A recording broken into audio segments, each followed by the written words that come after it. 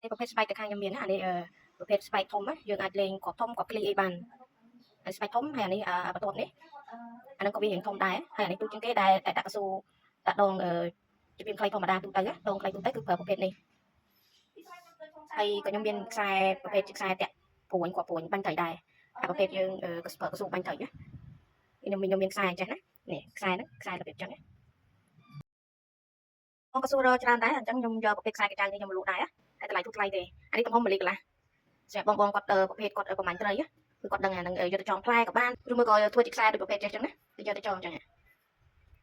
អានេះកស៊ូបាញ់ត្រីដែលខាងខ្ញុំមានចងស្រាប់ចងហើយចងស្រាប់អញ្ចឹងតែបងចង់យកទៅចងខ្លួនឯងអាចទិញប្រភេទកស៊ូមូលដែលខ្ញុំលក់ជាម៉ែត្របានហើយខ្ញុំក៏មានប្រភេទខ្សែចងនេះដែរខ្សែចងនេះវាយឺតខ្សែចងនេះវាយឺតហើយពីច្រើនគឺគេយកមកចងកន្លែងកន្លែងកនេះអត់ងាយរហូតទៅណាទេទោះតែយើងកាត់គេយកមកចងកន្លែងអញ្ចឹងណា